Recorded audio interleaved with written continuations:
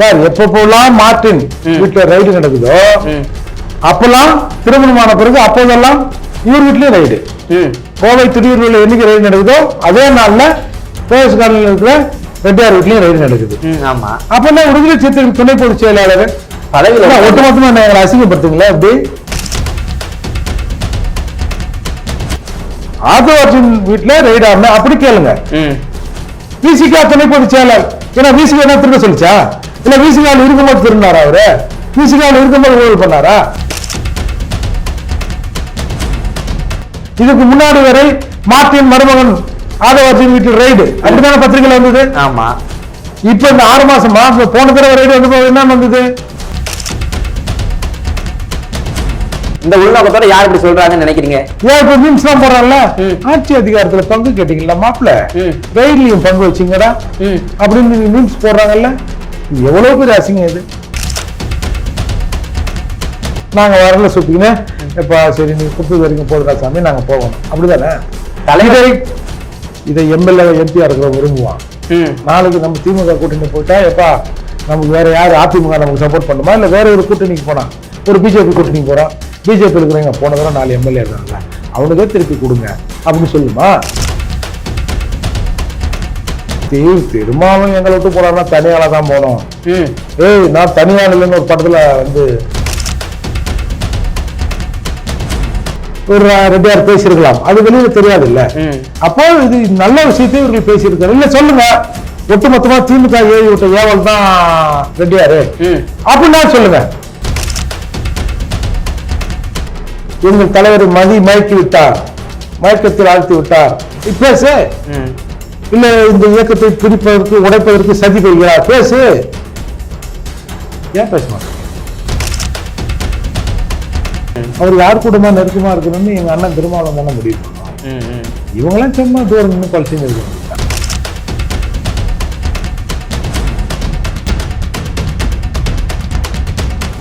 குக்கு செய்திகள் நேயர்களுக்கு வணக்கம். இந்த நேர்காணலில் நம்மோடு இணைந்திருப்பவர் புரட்சி தமிழகம் தலைவர் வழக்கறிஞர் திரு ஏர்பட் மூர்த்தி அவர்கள். வாருங்கள் அவரோடு பேசுவோம்.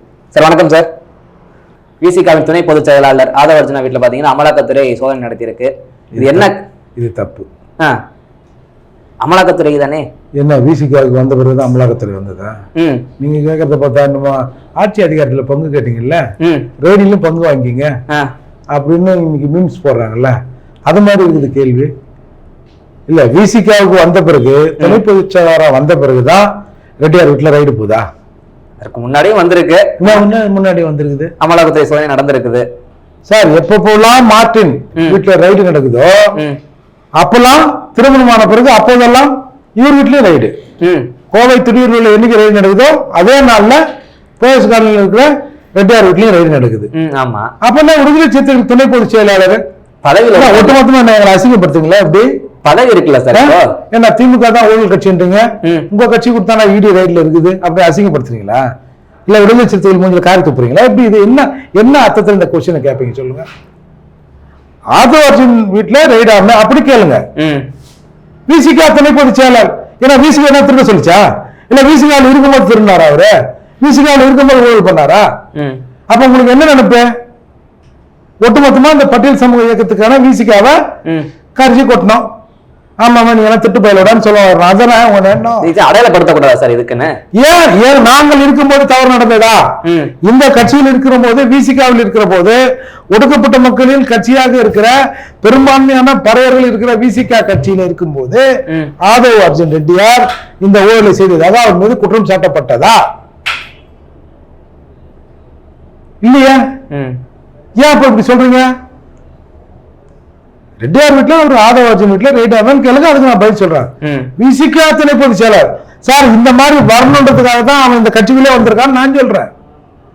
இதுக்கு முன்னாடி வரை மார்டின் மருமகன் ஆதவ அர்ஜுன் வீட்டில் ரைடு அப்படித்தான பத்திரிகையில் வந்தது. ஆமா. இப்ப இந்த 6 மாசமா போன தடவை ரைடு வந்து என்ன வந்தது? விசிகா துணை பொதுச் செயலாளர், இப்பவும் விசிகா துணை பொதுச் செயலாளர். இன்னும் அடுத்த கொள்ளையர்களுக்கு பங்கு கொடுத்தாரா? இல்ல வெளிச்சத்துக்கு பங்கு கொடுத்தாரா? அப்படின்னா சொல்லுங்க. கட்சியில குற்றவாளிகள் இருந்துட போறாங்க, அதனால மென்ஷன் பண்ணி சொல்றாங்க. சார் நீங்க சொல்றதே ஒரு உள்நோக்கம் இருக்குன்னு நான் சொல்றேன். இந்த உள்நோக்கத்தோட யார் இப்படி சொல்றாங்கன்னு நினைக்கிறீங்க? ஏன் இப்ப மீம்ஸ் எல்லாம் போறான்ல, ஆட்சி அதிகாரத்துல பங்கு கேட்டீங்களா மாப்பிள்ள, ரயில்லையும் பங்கு வச்சீங்கடா அப்படின்னு நீங்க மீம்ஸ் போடுறாங்கல்ல, இது எவ்வளவு பெரிய அசிங்கம் இது. அப்ப ஆட்சி அதிகாரத்தில் பங்கு கேட்டதும் ஈடி ரயில்ல சேர்த்ததும் ஒண்ணா? அப்படின்னா நம்ம திமுக தானே கேட்டோம், பிஜேபி கிட்ட கேட்கலையா? திமுக அமலாக்கத்துல அப்ப எப்படி ஈடி வருது? அப்ப திமுக பிஜேபி கிட்ட சொல்லி ரைடு வருதுன்னு சொல்லலாமா? கூட்டணி கட்சியில இருக்காங்க. யார் கூட்டணி கட்சியில இருக்கு? விசிக கூட்டணியில இருக்குல்ல. ஆமா சார், ஆனா வர்றது இப்ப விசிக துணை பொதுச் செயலாளர் வீட்டுல எல்லாம் வருது.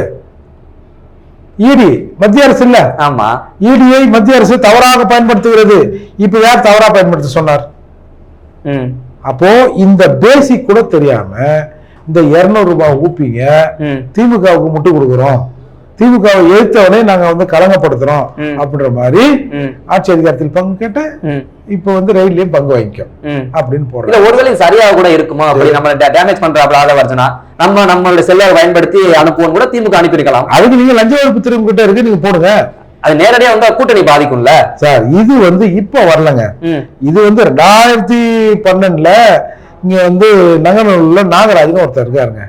அவர் வீட்டுல சிசிபி நம்ம மத்திய குற்றப்பிரிவு போய் ரைட் பண்றாங்க. ஒரு 7.2 கோடி ரூபாய் பணத்தை எடுக்கிறாங்க. ஏய் நாயா ஏதுரா அந்த பணம் கேக்குறாங்க. ஐயா இது மார்டின் பணங்க, அங்க லாட்டரி வித்து இங்க லாட்டரி வித்தோன்னு, வெளி ஸ்டேட்ல லாட்டரி வித்ததாகத்தான் உங்களுக்கு வந்து லைசன்ஸ் இருக்கு, நீங்க அங்கதான் வச்சிருக்கீங்க. அப்போ அந்த பணத்தை இங்க கொண்டாந்து கேஷா வச்சிருக்கீங்கன்னா இது வந்து மணி லாண்டரிங் தான். இது வெள்ளையை கருப்பாக்குறதுன்னு சொல்லிட்டு ஈடி உள்ள வருது. ஈடி உள்ள வந்து அந்த வழக்கு போதுங்க. அப்போ ஆளுநர் நீதிமன்றத்தில் வழக்கு நடக்குதுங்க. இப்ப 2022 நம்ம தமிழக அமைச்சர்கள் ஒரு 4-5 பேரோட அந்த லஞ்ச சொத்து அதிகமாக சொத்து திட்ட வழக்குல எப்படி வந்து தமிழ்நாடு லஞ்ச ஒழிப்புத்துறை போய் ஒன்னும் முறைகள் எல்லாம் பண்ணலங்க சாமி, ஏதோ அப்போ ஏதோ போட்டாங்க அப்படி ஒண்ணு அந்த வழக்கெல்லாம் வாபஸ் ஆச்சுல்ல, திரும்ப பெறப்பட்டதுல, முடித்து வைக்கப்பட்டதுல. அதன் அடிப்படையில் தானே வந்து உயர் நீதிமன்றத்தில் இருக்க நீதியரசர் என்னையா ஒரே மாதிரியா எல்லா கேஸையும் முடிச்சு வச்சிட்டீங்க, இதுல ஏதோ ஒண்ணு இருக்கிற மாதிரி இருக்குது அப்படின்னு மறு விசாரணைக்கு உத்தரவிடப்பட்டு விசாரணை நடைபெறுகிறதுல. அதே தாங்க இது 2022 திமுக ஆட்சிக்கு வந்த பிறகு நம்ம சிசிபி ஒன்னும் பெருசா முகாந்திரம் இல்லைங்க அப்படின்னு நீதிமன்றத்தை சொல்லுது. நீதிமன்றம் அந்த வழக்கை தள்ளுபடி பண்ணுது. தள்ளுபடி செய்யப்பட்ட வழக்குல ஈடி மேல்முறையீடு போறாங்க. போன உடனே நீதிமன்றம் என்ன சொல்லுது, மறு விசாரணை கம்ப்ளீட்டா எல்லா கோடையும் வச்சுட்டு மறு விசாரணை பண்ணுங்க அப்படின்னு ஒண்ணுதான் சார் இந்த ரைட். அப்போ இந்த குற்றம் 2012 நடத்தப்பட்டது விவகாரத்தின் வெளிப்பாடு தான் அது. ஒன்னு சொல்லுங்க, 2012 இந்த ரெட்டியார் வந்து திருமாவளவன் கூட துணை இருக்கிறாரு, உங்களுக்கு தெரியாது, நீங்க தெரியாம பேசுறீங்கன்னு சொல்லுங்க, அதை நாம ஒத்துப்போம். அதை விட்டுட்டு முந்தானத்து வந்த ரெட்டியார் மேல ரைடுன்னா நீங்க வந்து அது விசிகாவின் துணை பொதுச் செயலாளர்னு ஒரு ஒட்டுமொத்தமா இயக்கத்தை கொச்சப்படுத்தாதீங்கன்னு தான் நான் சொல்றேன். சரி, இப்ப அதுல அவர் ஆட்சி அதிகாரம் எங்களுக்கு பங்கு வேணும்னு கேட்டாரு. அதுக்கப்புறம் தான் நிறைய குற்றச்சாட்டுகள் வந்துட்டே இருக்காங்க மேல, அந்த கட்சியிலையும் சரி வெளி திமுக தரப்புல இருந்தும் சரி. இந்த குற்றச்சாட்டுகள் வரல, இது சரியா தவறா நினைக்கிறீங்களா? கட்சியில யார் குற்றச்சாட்டு பண்றா? திமுக கூட வாங்கி தின்னுவேன், திமுக கிட்ட இறந்து தின்னுவேன், திமுகவால் பதவி வாங்கி கொண்டு இன்னைக்கு வந்து ஏதாவது பெனிஃபிட் அடைகிறவன் எல்லாரும் பேசுறான். அது கூட்டணி தர்மம் கிடையாதா? தர்மம், கூட்டணி தர்மம்னா உனக்கு ஒருவர் தான் எங்களுக்கு வேலையா? கூட்டணிங்கிறது என்ன? நாங்கெல்லாம் சேர்ந்து நிக்கிறோம்பா, எங்க ஓட்டு அவனுக்கு போடுறான், அவன் ஓட்டு எங்களுக்கு போடுறான், ஜெயிச்சு வரோம், அவ்வளவுதான். உங்களுக்கு எங்களுக்கு ஒண்ணா? நீ எது பண்ணாலும் நாங்க வந்து கூடவே நிக்கணுமா? உங்களுக்கு வந்து நீங்க வந்து எங்களுக்கு ஒரு 6 சீட்டை கொடுப்பீங்க, நாங்க 4 ஜெயிப்போம். அப்ப நாங்க 200 மிச்சம் இருக்கிற 225 தொகுதிகளை நான் வந்து உங்களுக்காக எல்லாம் கஷ்டப்படுவேன். நீங்க ஆட்சி அதிகாரத்துக்கு வருவீங்க, எப்ப ஆட்சி அதிகாரத்துல பங்கு இல்லைன்னு வைங்க, நாங்க வரல சுப்பிங்க, எப்ப சரி நீங்க கொடுத்தது வரைக்கும் போதுடா சாமி, நாங்க போகணும், அப்படிதானே? தலைவர் இதை எம்எல்ஏ எம்பியா இருக்கிற விரும்புவான். நாளைக்கு நம்ம திமுக கூட்டணி போயிட்டா எப்பா நமக்கு வேற யாரு அதிமுக நமக்கு சப்போர்ட் பண்ணுமா, இல்ல வேற ஒரு கூட்டணிக்கு போனா, ஒரு பிஜேபி கூட்டணிக்கு போறான், பிஜேபி இருக்கிறவங்க போன தடவை 4 எம்எல்ஏ இருந்தாங்கல்ல அவனுக்கே திருப்பி கொடுங்க அப்படின்னு சொல்லுமா? ஆனா திமுகவுக்கு சார்பா நம்ம நடந்துட்டோம்னா, அவங்களோட ஆளாவே மாறினோம்னா, திமுக நாளைக்கு திரும்ப சீட்டு கொடுத்தா போன தடவை இருந்தவனா நல்லதானே செஞ்சான், எங்க வீட்டுல படுவேலை செஞ்சானுயா, அவங்களுக்கே கூடியா அப்படின்னு சொல்லுவாங்கன்னு விசிகாவில் உள்ள அரசியல் அதிகாரத்தை நோக்கி அனுபவிக்கிற எம்எல்ஏ எம்பி பேசலாம் சார். சாதாரண விசிகா தொண்டர்களை போய் கேள்வி பாருங்க. ரெட்டியார் கரெக்டா தானே சொல்லிடுறாரு, அந்த கருத்து உடன்பாடு தான். எம்மா நாளைக்கு நாங்க வந்து இவங்க பின்னாலே ஓடுறது, திமுக வந்து கருணாநிதி அவர்களை வந்து முதல்வராக பாடுபட்டோம், ஸ்டாலின் அவர்களை முதல்வராக பாடுபட்டோம், நாளைக்கு உதயநிதியும் நாங்க முதல்வராக பாடுபட்டோமா, நாங்க எப்பதான் வர்றது அப்படின்னு இயல்பா எல்லாரும் கேள்வி கேட்க செய்யறாங்க சார். தலைவர் கேட்கலையே, தலைவர் கேட்கல. இவங்க ஒரு வகையில பைண்ட் ஆயிருக்காங்கன்னா அவரு ஒரு வகையில பைண்ட் ஆயிருக்காரு. நான் வந்து விசிகா கட்சியை பத்தி பேசுறேன், விசிகா தலைவரை பத்தி பேசுறேன். விசிகா தலைவர் நாளைக்கு கூட ஆதரவு அர்ஜுனா கூட மாறலாம், இல்ல கட்சி ரெண்டா போய் அங்க போலாம். திமுக காரங்க அடிக்கடி சொல்றாங்கல்ல, திருமாவும் எங்களை விட்டு போறான்னா தனியால தான் போனோம். ஏய் நான் தனியால் இல்லைன்னு ஒரு படத்துல வந்து வசனம் வரும், ஃபேமஸான வசனம். ஆனா இப்போ நான் தனியால் போலகுதுப்பா அப்படின்னு புலம்புற நிலைக்கு இன்னைக்கு வந்து விடுதலை சிறுத்தைகளை இயக்கத்தை திமுக ஆக்கிடுச்சு. அதால நீங்க அதுக்குள்ளெல்லாம் போகாம என்ன விஷயம் நாங்க கேட்டோம், இன்னைக்கு ரைடு வந்திருக்கு. அதாவது இந்த ரைடு வந்து பிஜேபியோ இல்ல வேற யாருக்குள்ளோ சொல்லி வர்றதுலாம் இல்ல, நீதிமன்றம் அந்த தீர்ப்பின் அடிப்படையிலே வந்திருக்கிற ரைடு. சார் ரைடு வந்தாலும் பயப்பட மாட்டான் சார், முதல் தர போலீஸ் ஸ்டேஷன் போனாதான் சார் பயம் இருக்கும். இவங்கெல்லாம் அடிக்கடி மாநகரத்துக்கு போயிட்டு வருவாங்க, அடிக்கடி ரைடுக்கு வந்து உள்ளாகி அவங்க கேட்குற கேள்விக்கு இப்போ வந்தவொடனே ஃபோனங்கள்லாம் வாங்கி வச்சிடறான்றாங்களே, அப்போ வந்தவொடனே இவங்கள கொடுத்துருவாங்க. சார் இருந்தாங்க சார், அப்படி உட்காந்துக்கிறேன் சார், பண்ணுங்க சார், அவ்வளோதான். பதமதிப்புலாம் இருக்காது, அது முதல் தடவை தான் இருக்கும். அதால ரைடு வந்து ரெட்டியாரு அதை பத்தி யோசிக்க மாட்டாரு. ஆனா இதை வைத்து நீங்க வந்து விசிகாவை தூத்தலாம். இல்ல இதுல இன்னொரு கேள்வியுமே வருது, ஆதவர்ஜன் அந்த கட்சிக்குள்ள வந்தது காரணமே இந்த விசிகாவை பிளவுபடுத்தணும்னு ஒரு தரப்பு சொல்லுது.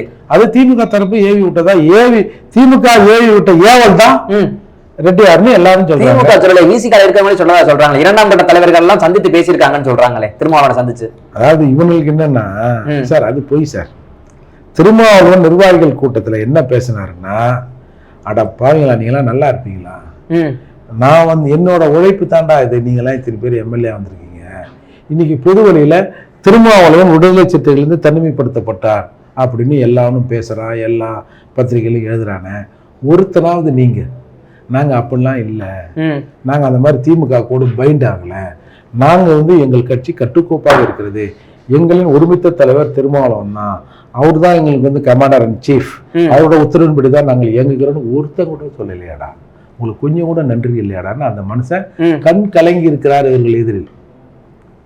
என்னை தனியாகிட்டீங்களே, என்னை அசிங்கப்படுத்திட்டீங்களே, என்னோட உழைப்பு தானே நீங்க, விடுதலை சிறுத்தைகள்லேருந்து பிரிஞ்சு கூட எத்தனையோ பேர் நீங்க காணாம போயிட்டானே, நீங்களாம் விடுதலை சிறுத்தைகள்ந்து போய் என்ன ஆயிடுவீங்க, உங்களை எவன் மதிப்பான்.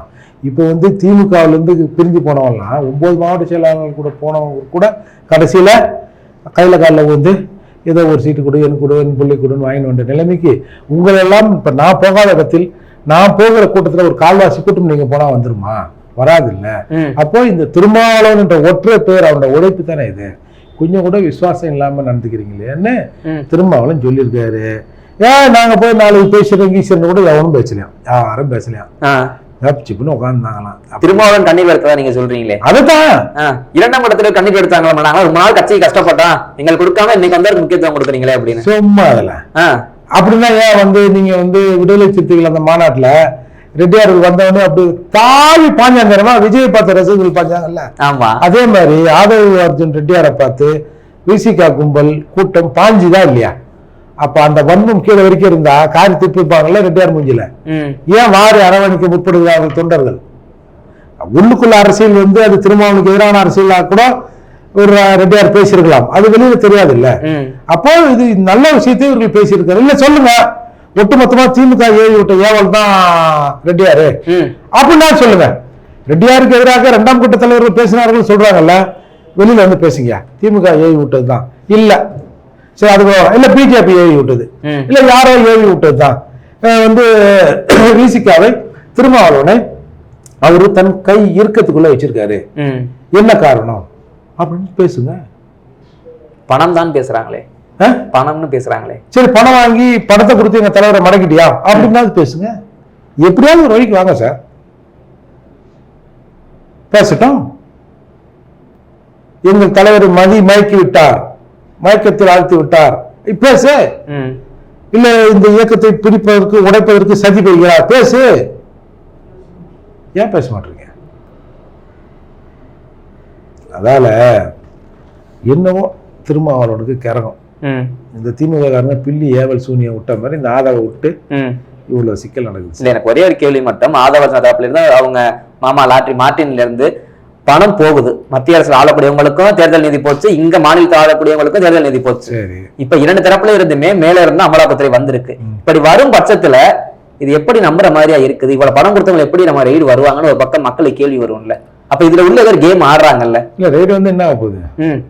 நாளைக்கு தூக்கில் போட்டு போறாங்களா சார்? மம்தா பானர்ஜிக்கு வந்து ரெட்டியார்னா தெரியுது. மேற்கு வனத்தில் லாரி சீட்டை விற்க விட்டுக்காரு, இந்த ஆளுகிட்ட காசை வாங்கினேன். இதை விட என்ன கேடு சொல்லுங்க. அப்ப இவங்களை கவர் பண்றதுல என்ன பிரச்சனை இருக்கு?